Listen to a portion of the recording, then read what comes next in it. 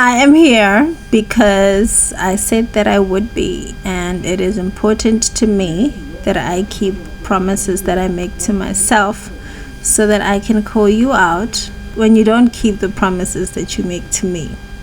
So let's get into it. I'm Tinti, and welcome to Know Your Worth.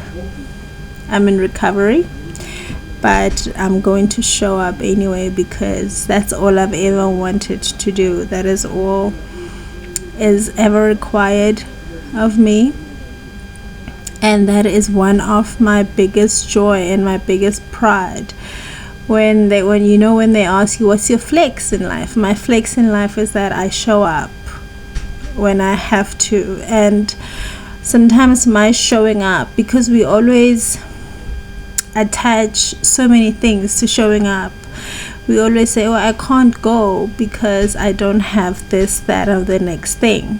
I can't go, I don't have the right outfit. I can't go, I can't afford the food that we eat there. I can't go because I don't drink the drinks that I drank there. I can't go. We always come up with so many reasons why we can't go. Kanti, all we have to do is just show up.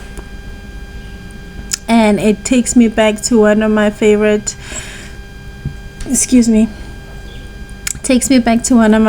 older dodgers.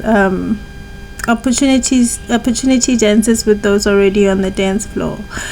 By showing up, you don't know who's watching, you don't know who's present, you don't know who's there.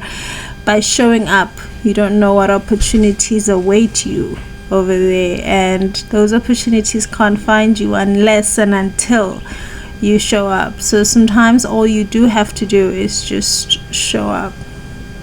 So for the past couple of entries, we spoke about unpacking our worth in different ways, and today I want to emphasize this. Stop acting and stop treating yourself like there's something wrong with you, because I know that is also just a common theme. We have identified so many things that we think and believe is wrong with us, and now we think and believe that whenever we do show up, those are the things that people notice about us. If I sit here and speak of the many issues that I have, I won't end, and that's why I wrote about it. Guys, I have a book out. That I really hope you get. Every single issue that I have is in this book. I wrote about it in some way. I wrote about it either by telling the story, by talking about what happened to me, and then you as a reader will decide for yourself what you think my issue would be from what I have gone through and from what I have written about and from what I have shared. And someone asked me the other time, they've just finished reading my book, and they said, there is absolutely nothing that you didn't tell us. You overshared. And I said, no, I didn't. I didn't overshare because there are so many things that I left out. For those who have read my book, believe it or not, there are so many other things that I've left out in between the stories that are already in the book. And my intention is to bring them back into the second, because I have gone through life and I've carried myself for too many years believing that there's something wrong with me. I've had that belief in the back of my mind, in the front of my mind, and I carried that in every opportunity that was ever presented to me. I carried that into every room that I've ever entered. I carried that in every relationship that I've ever been in. I've carried that every single day of my life. I've carried the knowing and the believing that something is wrong with me. And it's in recent times And by recent, I mean recent, as in as fresh as today, as fresh as yesterday, as fresh as this morning or tomorrow morning, that I know that there's absolutely nothing wrong with me. There might be a lot wrong with the things that have happened to me.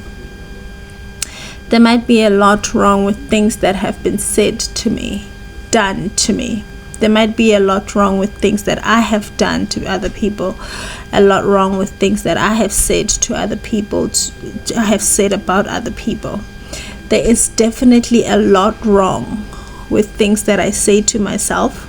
There's definitely a lot wrong with things that I used to do to myself even. Definitely a lot wrong with some of the decisions that I would make about my life, because they were not inspired by good to begin with. So how could they be great? There was definitely a lot wrong with a lot of those things, and it's only because I didn't know any different. I didn't know better. I thought those were the only options that I have. And sometimes this is why I'm such a firm believer in never ever judging other people's choices, especially when you don't know what options they had to choose from. So with that said, knowing that there's a lot wrong with a lot of things, I am now coming to the realization that there's nothing wrong with me. There's absolutely nothing wrong with me. And I'll give a very basic example about my eyes. I have a weak eyesight, and to see clearly, I need prescription glasses, and they cost so much money. They cost quite a lot, and I often make a joke. I'm like, I pay so much to see people who don't even try.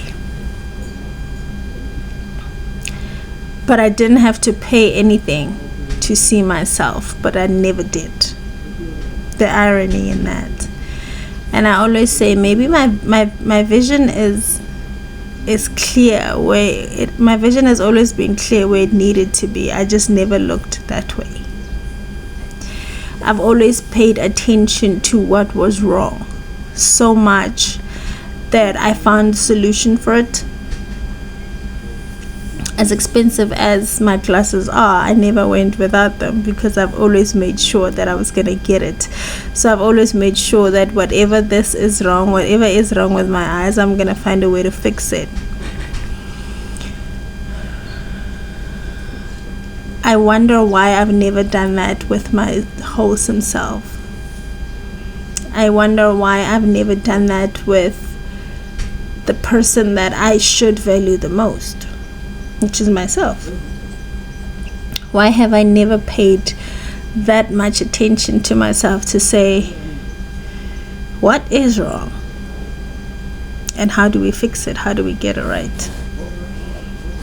Sometimes we don't ask those questions because we just don't want to know what's wrong. Because knowing what's wrong might open us up to the realization of the amount of work that needs to be done. And because now that's how we determine what we deserve and what we don't deserve, and the people that we should hang around with and the people that we shouldn't hang around with. I mean, if I realize that there's nothing wrong with me, then I have no business putting up with a lot of things that I put up with, and I don't want to do that. I don't want to disappoint people. I don't want to cut people off. I don't want to let people down. I don't want people to stop liking me because I stopped doing so and so for them. Because sometimes people need you for as long as it benefits them. Nicki Minaj said it best: people support you only when it's beneficial. So as soon as people stop benefiting from you, then you will have nobody around in some cases. And then I was never ready to find out that I'm not likable. I was never ready to find out that I'm actually alone. I was never ready to find out that I'm not worthy of friendship or relationships. So I don't want to discover that there's nothing wrong with me, because we are also told to believe that nobody's perfect. But who says that? Why can't we be perfect? Why can't we be enough? Why can't we be perfect, and why can't we be enough? Why must there always be something? Why must we always live with, well, because I'm not perfect, then I'll put up with this person because, they're also not perfect, but at least they like me. At least they want to be my friend. At least they want to hire me. At least I have a job. I might not like my job, but at least I have a job. How many of us say that Monday morning or Sunday evening? And it reminds me of a phrase that I heard. Someone said, the culture of your workplace lays on how your employees feel about going to work on Sunday evening. And that speaks a lot. That speaks volumes. I know that the night before I have to go to work, nothing can stop me. My excitement is through the roof because I love what I do. And that speaks to everything else. When I know that I'm about to see my partner, nothing can dampen my mood because he's my favorite adult. When I know that I'm about to see my son, even when he's gone to school and I know that he's on his way home, my excitement, because he's my favorite human being overall. So sometimes when you don't even have the need to, when somebody calls you and you miss their call, and when you realize that you've missed your call, or if you're like me, you stared at the phone and waited for it to ring and to finish ringing so that you can carry on watching a podcast that you've been watching, and you don't have the desire to call them back, that speaks volumes. There's nothing wrong with you. There's something wrong with how they make you feel. Sit with that.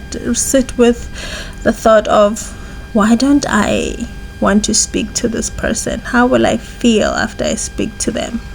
And then you take stock of that to say, they make me feel like this and like this and like this. Or sometimes it's because you're jealous. You have this little jealousy thing. You're like, why am I jealous of this person? It's because they've achieved this and I haven't achieved it, and because you have the capability. Sometimes we can't stand people and don't like people because we don't like the where they are in life, because we know that we have more, we can do more, but we don't. Sometimes we dislike in people what we dislike about ourselves. That's why when somebody doesn't like me now, I have the realization to say, I really hope you work on that. I really hope you heal. I really hope you fix that, because it's eating away at you and it doesn't deserve that part of you. So in today's edition of Know Your Worth, stop treating yourself and stop behaving like there's something wrong with you. There's nothing wrong with you. And if there is something that you want to do it. And if somebody is already doing something that you want to do, learn from them. There's absolutely nothing new under the sun, and there's something for everyone.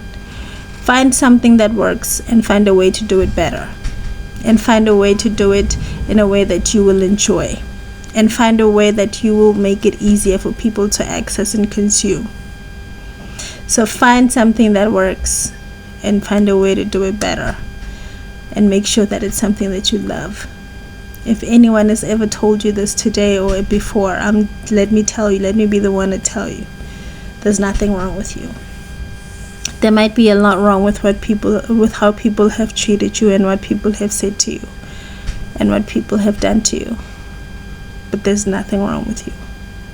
So go through life believing that you are great and you are awesome, and that is where your worth lies. I'll see you next time. Know your worth. Please buy my book.